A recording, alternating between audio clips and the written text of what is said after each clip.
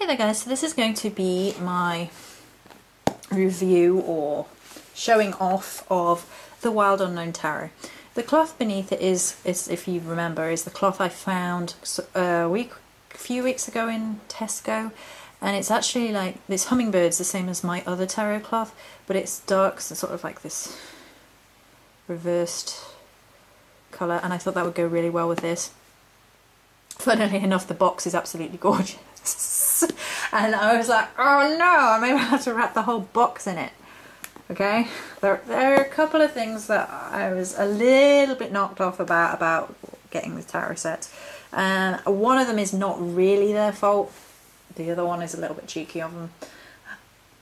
But in general, I absolutely adore this tarot set. I've had a look through, and we're going to have a look through together. And I ordered this after Miss Poe showed it on Facebook, and I felt a bit guilty afterwards because I was like, oh god, because she was so excited to get it as well, and I was like, oh god, maybe I shouldn't have got overexcited and ordered one for my birthday. And the reason is that I did order it is because my entire life I have connected with properly two, including this one, tarot sets, and the other one being the Stephanie Puman Law one. I had the Druid Wicker one originally, which I got on really well with, but I didn't connect quite so enthusiastically with it. And so this is the first tarot set I've seen in my lifetime that I really liked. And she said it was fine, so and wanted a review. So we're going to do a review. If I can get the box open with one hand, which I'm going to doubt because it took me... You're coming. Come on. Come on. Right, so while I try and open the box with one hand, which you're going to see how skilled I am in a second. The first thing that irritated me slightly is import duty, right? So I pre-ordered this when they didn't have any in stock, and the minute they had them in stock they sent it out. Now, it's not their fault, I don't think. I don't know if companies can sort the duty out, or because it doesn't always happen. Sometimes it happens and sometimes it doesn't. But I was charged an extra £13 to receive this. Now, I saved about that pre-ordering it, so it's not the end of the world, but it's a little bit disheartening. If I'd have paid full price for it and then had to pay an extra 13 quid on top, that would have made it about 53 pounds for a tarot set. Yeah. Now, I didn't pay that. I paid... Was it that? Yeah, I think it was that. Maybe it was $40. Maybe it was $40, not... I don't know. But anyway, most of that is Royal Mail's fault. They charge you 10 or 12. They, like, the import duty is small, and then they charge you a rip-off amount. So I'm not blaming the tarot people for that one. The thing that I did find slightly annoying about this is when you open it up, you see this little, look at that, that's gorgeous. I love the little black ribbon. And we're going to go through all the positives in a moment, I promise. You open it up, and this is your guide.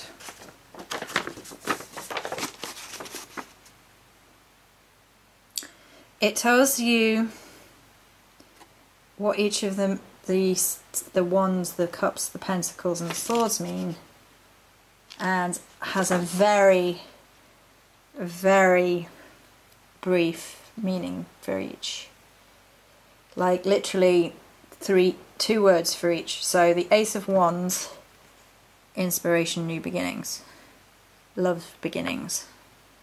Innocence, naivety. Yeah, so you don't get a book. And the cheeky thing is they do sell a book, but you have to order it separately. And I actually read about a review that someone did about this before I even thought about the book, and they said don't bother because the book is the standardized meanings and it doesn't tie into the imagery in the cards, and they found it really disappointing. And given how much I already paid for everything, I wasn't going to fork out for a book. Now, for me, it's not such a big deal because for me, I can go through the cards, I can connect to them individually, I can write down my thoughts and feelings on them. I haven't done that yet. I can, you know, come to an understanding of each tarot card through my own experience. I've been using the tarot, and my tarot has been my preferred measure of divination since the very beginning. Since, you know, how long has it even been? I don't know. I can't remember when I got my first tarot set. I might not have been allowed a tarot set until after I left home, so it might have been a bit later. I can't remember, but either way, tarot has always been my preferred method of divination. I'm quite private about it. I don't share it too much on the YouTube channel. I don't talk about it overly. And there are a lot of great people who do tarot and stuff anyway, so I don't want to tread on anybody's toes. But I'm fairly familiar with the tarot. But I always like to have the book. So if someday my brain's just fuzzy and I can go back and read through the book and be like, yeah, right, okay. And that's a good starting place. So I don't mind, because I've been doing this a long time. But if you were new-ish, that might not be such a great thing, because if you didn't know the meanings. I mean, the artwork on this is gorgeous, and the artwork throughout is gorgeous, but that is something to bear in mind, that if you wanted the book, you would have to order the book separately, which I think is a bit cheeky. And if you're in America, the import thing isn't going to affect you, but it affected me. But there you go. So the first thing that I loved is I opened the box and you see this. Welcome to the Wild Unknown Tarot. You'll find no wrongs or rights inside this box. Only mirrors for reflection. Open your mind, draw a card, and have fun on your journey.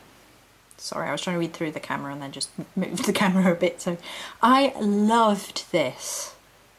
I love the fact there was like a message in the box. I thought that was awesome. I loved that. I thought that was great. And the artwork throughout is lovely anyway. So this actually, this is slightly glued down. So it comes looking like that. Now, I'm a huge monochrome fan. So I've always been a huge monochrome fan. And in fact, I am wearing black and white as it happens. So there you go. I love wearing it. I love black and white together. I think it's sophisticated. I think it's gorgeous. I think it's sometimes really perfect. And sometimes I prefer it to colour. I love black and white. I just love it. Imagery wise, you know, light and dark wise, balance wise, sort of the suggestive imagery behind light and dark, black and white together. I love all of that. I love it. So then you take that off, and then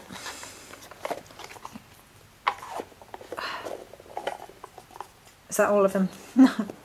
Is that all of you? It's a bit difficult to tell when they're exactly the same. Right. Look at that. That's a burst of colour. That's not indicative of the set. Right. So the back of them is this very diamond shaped. It reminds me of a tree, but it's sort of almost optical illusionally. The cameras are going a bit looking at them, and it's a beautiful. I want to say, do you know what? It reminds me of a birch tree in winter, and it has that kind of bleak beauty about it. Does that make sense? I don't know. Right. So the idea with these is that they are, in general, black and white with pops of colour. Now, I did have the proper term written down, and I've not brought it down with me, so you're not getting the smart term today. It's my birthday, I don't care. Let's scroll in. So this is the world. Isn't that beautiful? And you can see all of the colours are in there. The whole kaleidoscope, the whole circle, the whole cycle of colours. And that's beautiful, you know, you've got the black and then it's almost like a night sky around the... It's just friggin' amazing. Friggin' amazing. Whereas Judgment has absolutely no colour, and the whole emphasis of course is on the bird in white, so the colour goes from dark to light, and it's just insane. There is a lot of bird imagery in this, a lot of bird imagery. as we go through. So then, in sharp contrast, the sun. And it is fantastic. Excuse me 1 second. Sorry about that, I needed to grab some water. Now, it's fantastic how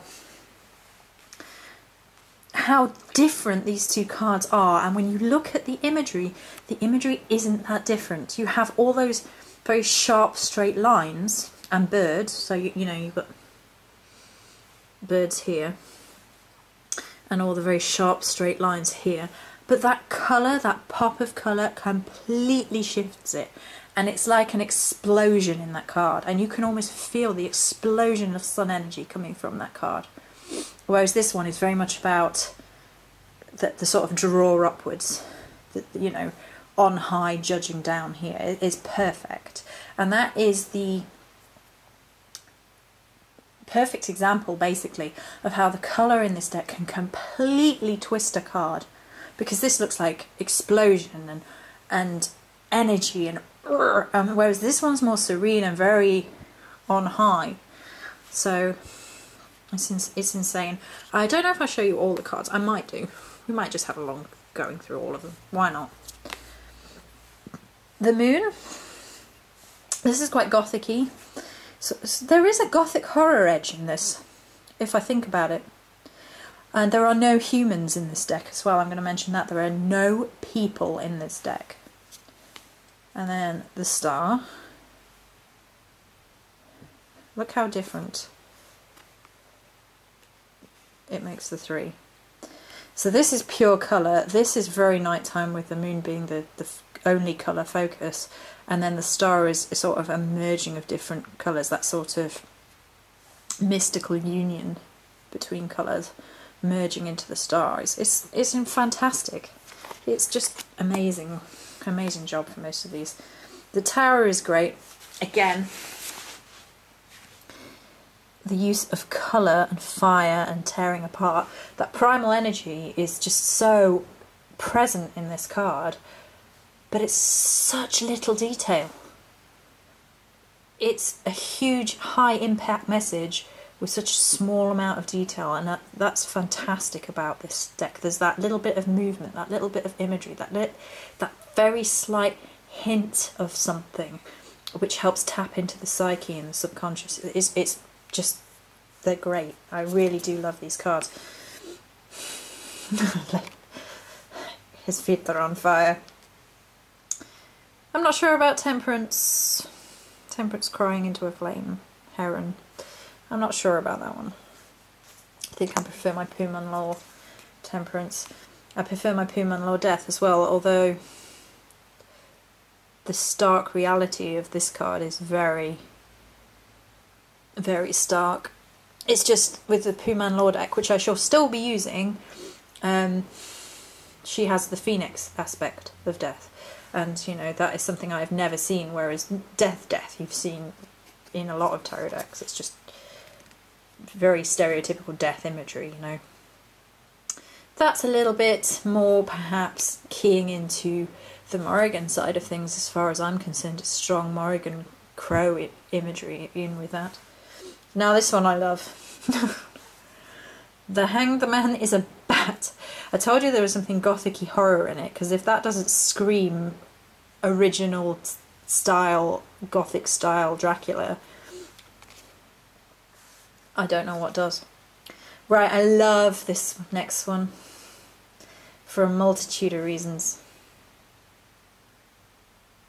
Strength. It's a lion with a rose in its mouth. Sun and the colour, and then the eternity symbol. Eternity symbol means a lot to me today, so when I saw this I was like, oh, I love big cats. I love big cats. I love this. That's one of my favourite cards in this. I mean, the detail of it as well. The face is just, it's just amazing. I love this one as well. Wheel of Fortune. So you have the owl up top, you have the moon there, you have the sun here, you have sort of this tree wheel all tied with different coloured threads of fate.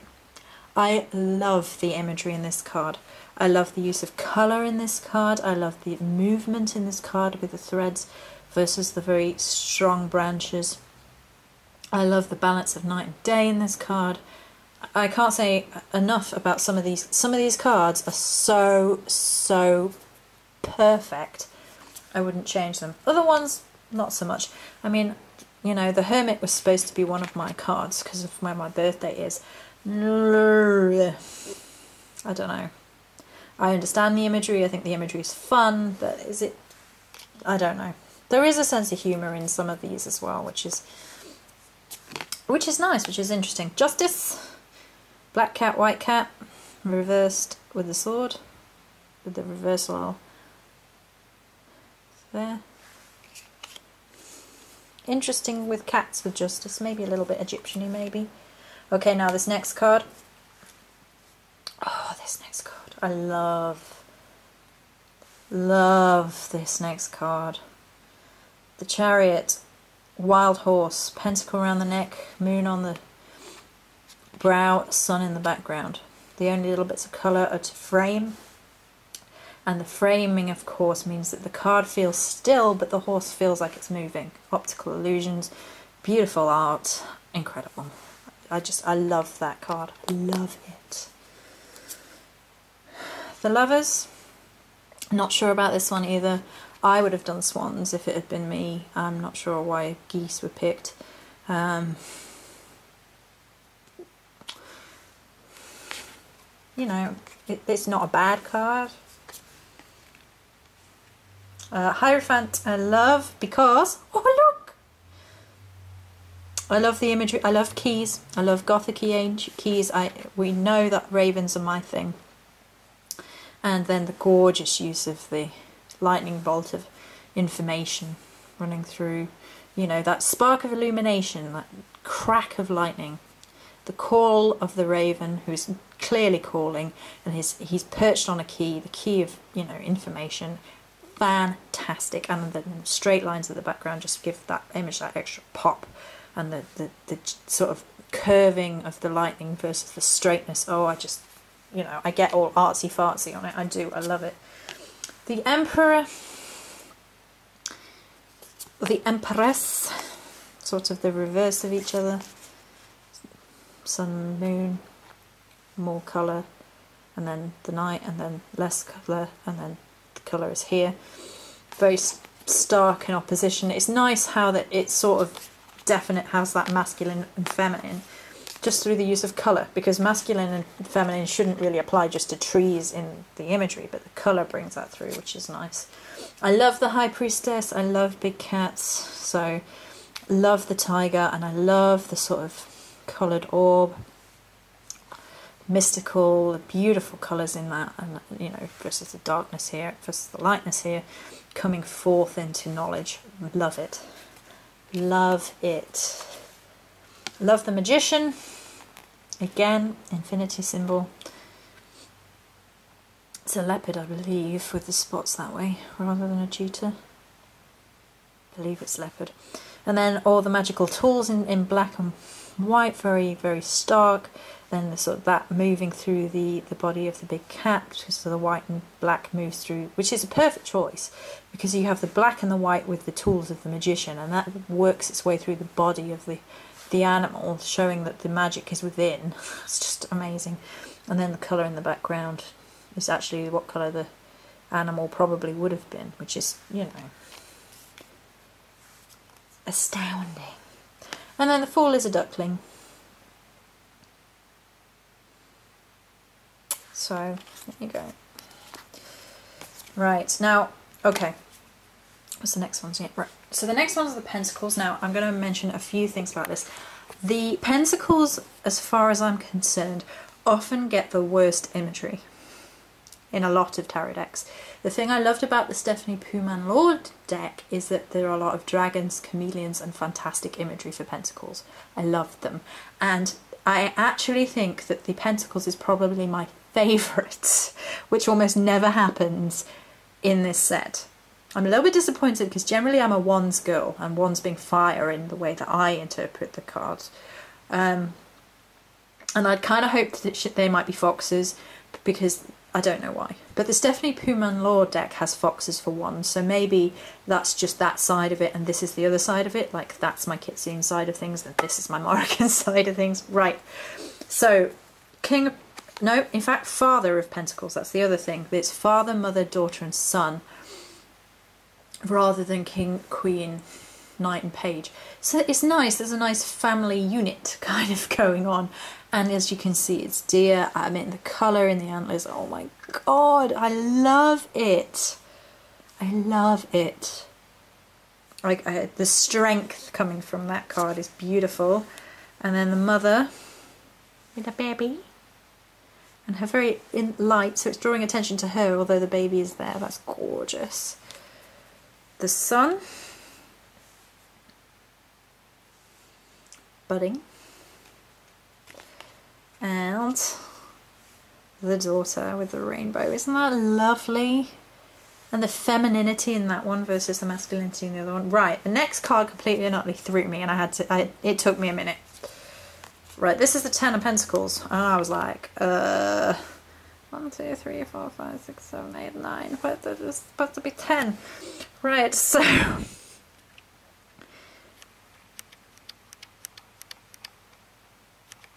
Come on, please focus or people aren't going to be able to see. Please focus. Can you see the little one in the centre of the... Yeah. It's tiny. And I was like, it really did throw me for a while. I was like, but the, oh.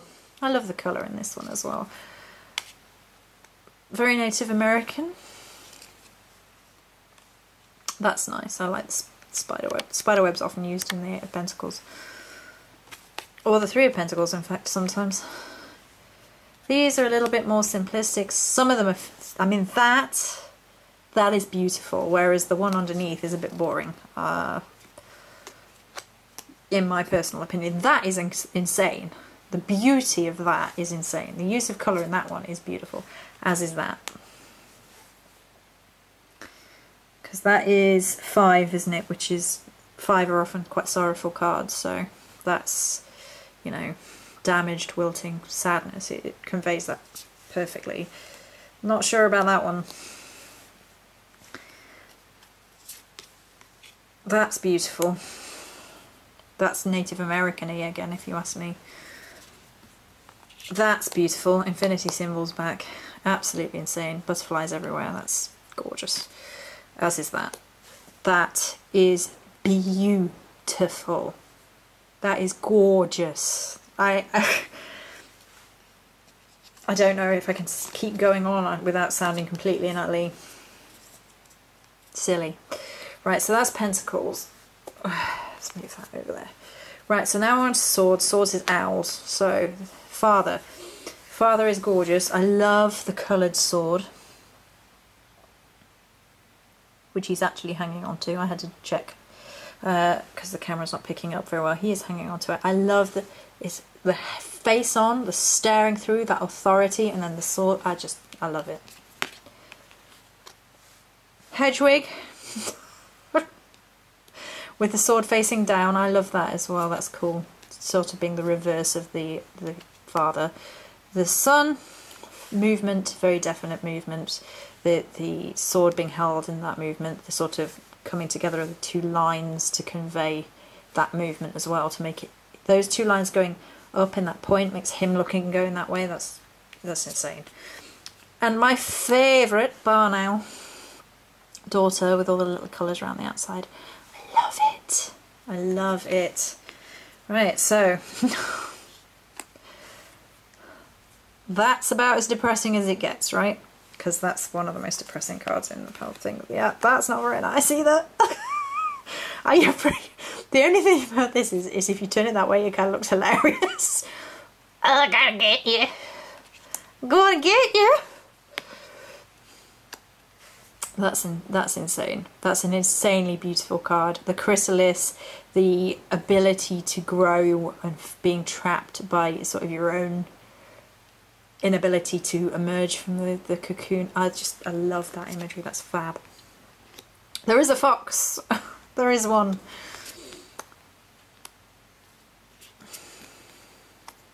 yuck, don't look at that. That's interesting, isn't it? Isn't that an interesting card? Look at that one. That is a powerful card. The betrayal, the being tied together, the bleeding. Oh, it's just gothic horror. That's a beautiful card.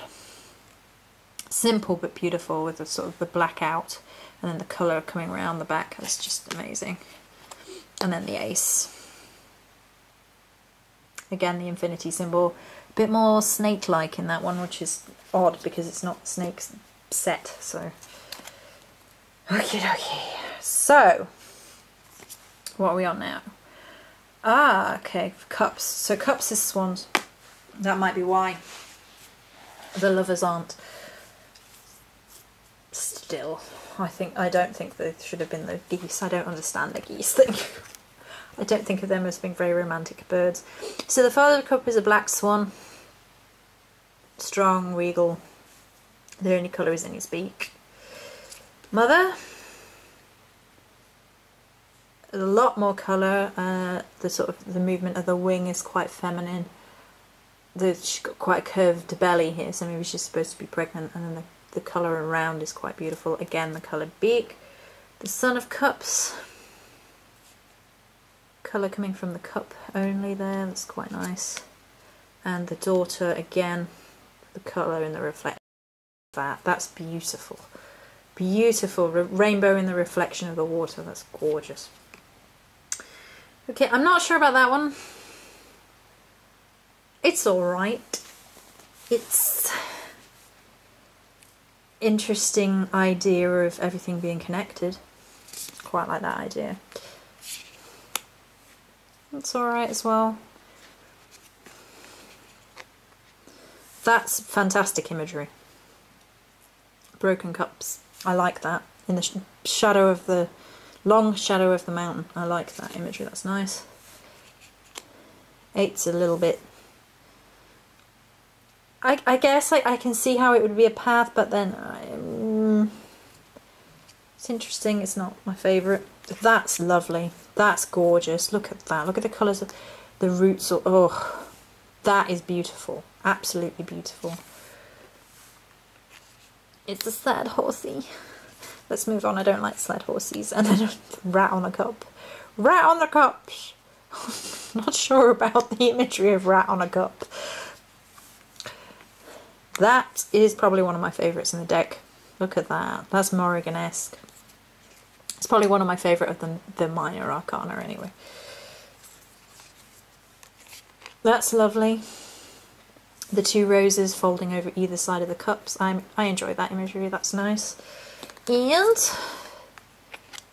Holy Grail style. Making it look like a stained glass window. Okay, so that's the cups. So, right, now we're on to the wands. Like I said, snakes. Snick. Now, wands is usually my favourites, but I'm not a huge snake person. So, yeah, so we'll go through them anyway. I do like the imagery with the lightning through and the wand, the way the wand is placed and the way that he curls around it and the cobra. It is fantastic masculine energy through that one. The feminine mother one is beautiful as well, guarding her eggs. The sort of feminine way in which the shape, you know, she's circular, there's still the wand there, but it's very feminine in sort of the protective sense. It's lovely. The sun is rising up his wand and sort of made it look like a dandelion bursting into colour over the top of him. It's much straighter imagery. It's nice imagery. This is beautiful. And the daughter one beautiful, and they've actually coloured her in. So she's actually the reverse of all the others. The others are all, yeah. Again, infinity symbol. She actually has little flowers working through her one. I think she's probably my favourite out of those lot. So there we go. Barriers. Very simple imagery in that one, but nice, effective, sort of very sort of, again, gothic-y horror style. Wood in the night. This is good. Look at that. The wands making stairs. Oh, that is powerful imagery. I like that.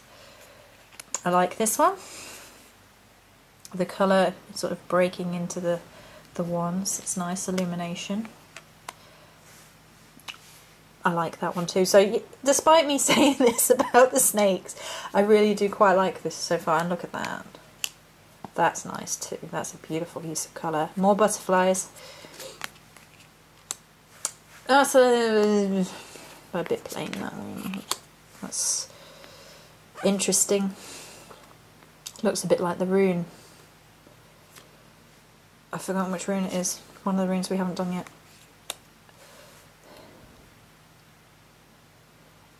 I'm not sure, but it's like look through the looking glass, isn't it? That's quite good. I quite like that. Like looking through heaven by looking through nature, all tied by three. I quite like that. Pretty and quite powerful. Ace of Wands, probably one of the most punchy coloured ones in the deck, which is nice. So that is the Wild Unknown Tarot in its fullness. You've seen all the cards and heard me talk some nonsense. So I promised Poe I would do this, and here it is. Overall, I love it. There are the odd cards where I'm a bit like, but 94% of them I really, really like to love. So the odd ones that I'm a bit like, oh, that could have been a bit better. But then I guess that's true of all decks. There's always a card when you're like, not sure about that imagery. That happens with everything. And given that I can very rarely find decks that I absolutely adore, oh, you know, that's no big deal for me. There's one or two cards which are a bit like, you know, bit meh. And I intend to work with these as well as my Stephanie Puman Law, the Shadowscapes Tarot. I will still be working with that because I love them. These are definitely more dramatic, perhaps. The other ones are more whimsical. These are more dark and serious, perhaps. Why so serious? And creepy, just like my voice was just then. Oh dear. So I think there might be a duality there. Like this is going to be my very Morrigan-y set, and the other one might be my more Kitsune set. One might be my more serious set. I don't know. I do love these. I'm really happy with them overall. I'm going to be getting to know them. Like I said, the only drawback for people is perhaps newbies wouldn't get on with this deck. They're not the easiest of imageries to understand. They're alright if you're quite artsy-fartsy or you live in your head like I do, and I can overanalyze everything to death. And I can literally pick out little details from things and be like, right, that means that and that means that. If you're not used to tarot or you don't think that way, and you know you're going with generalized meanings, these cards might jar with you a bit. I can see how that would happen, and you might want to start with a different deck. I don't think this is a beginner's deck, actually. I think this is when you're further along the road. Poe would love these because she's been working with tarot for however long it is. She's like amazing with them. So I'm sure, Poe, you're gonna love these. But if people are like new to it, I think that might be a little bit more difficult for some people, for sure. But that's the only downside of it. Overall, I think these are beautiful cards. I think the imagery is spectacular. I think some of the details and the optical illusions and the pops of colour are insanely beautiful. There's something a little bit dark and gothic horror about them as well, which is beautiful, and just that twist of light and that twist of colour and that twist of masculine or feminine, just the way slight twists give off that impression, and it's fantastic. So overall I love it. I'm really happy with it. Thank you so much to Poe who showed me it. I've not connected with cards in a long time, so thank you very much, my darling, and that's going to be it for my review of the Wild Unknown Tarot. Many blessings.